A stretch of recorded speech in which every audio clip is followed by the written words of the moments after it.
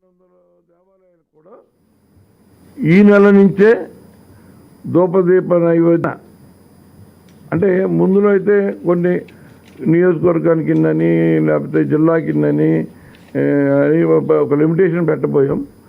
ఇప్పుడు ఏంటంటే అట్లీస్ట్ గ్రామానికి ఒక దేవాలయానికి ఈ ధూపదీప నైవేద్యం ఇస్తే బాగుంటుందన్న ఆలోచనకు వచ్చి అక్కడ ఎలిజిబిలిటీ ఉంటే ఆ మరి ప్రతిరోజు అక్కడ భగవంతుడికి దీపం వెలిగించి నైవేద్యం పెట్టి అర్చకుడు అన్ని రకాలుగా కూడా భగవంతుడికి ఉపచారాలు చేసి సేవ చేస్తే వాళ్ళు ఖచ్చితంగా కన్సిడర్ చేయాలని ఈ ధూపదీప నైవేద్యానికి వచ్చే ప్రతి అప్లికేషన్ని కూడా అక్కడున్న మా డిస్ట్రిక్ట్ ఎండోమెంట్ ఆఫీసర్ని వెళ్ళి స్క్రూటినైజ్ చేసి దానికి సంబంధించి ఎలిజిబిలిటీ ఉన్నదంటే వాళ్ళని ఫార్వర్డ్ చేయమని చెప్తున్నాం.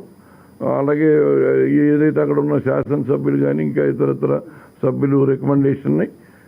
మా డిఓ ఇచ్చే రిపోర్ట్ ఆధారంగా దాన్ని ఫైనలైజ్ చేసి వాళ్ళందరికీ కూడా శాంక్షన్ ఇవ్వబోతా ఉన్నాం.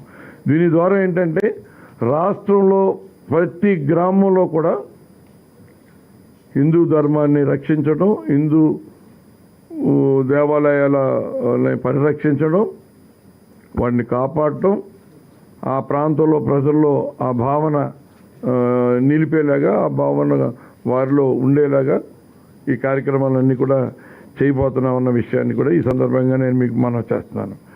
అలాగే ఈ దేవాలయాలకు సంబంధించి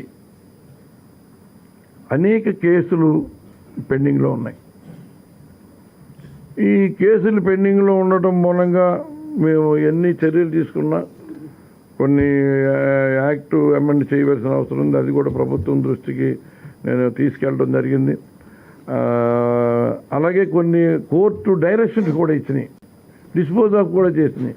ఇవాళ మా ఎండోమెంట్స్కి సంబంధించిన ఒక ట్రిబ్యునల్ పనిచేస్తూ ఉంది. ఆ ట్రిబ్యునల్లో కూడా ఇంచుమించు దగ్గర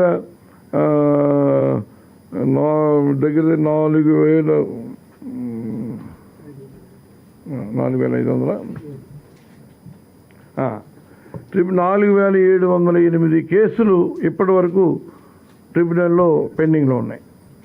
దీంట్లో 722 కేసుల్ని డిస్పోజ్ చేశారు.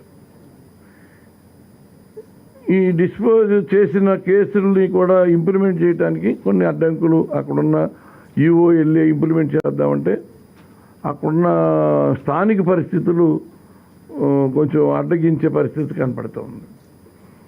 దీన్ని అధిగమించాలంటే అక్కడున్న ఏ ఒత్తిడి, రాజకీయ ఒత్తిడి లేకుండా ఇంప్లిమెంట్ చేయాలంటే మరి దానికి సంబంధించి సరైన చర్యలు తీసుకోవాలన్న ఆలోచనతో వాళ్ళ కమిటీలో ఒక నిర్ణయం తీసుకోవటం ఏంటంటే, గౌరవ హైకోర్టు వారిని మాకు ఒక 8 మంది అమీనాల్ని మా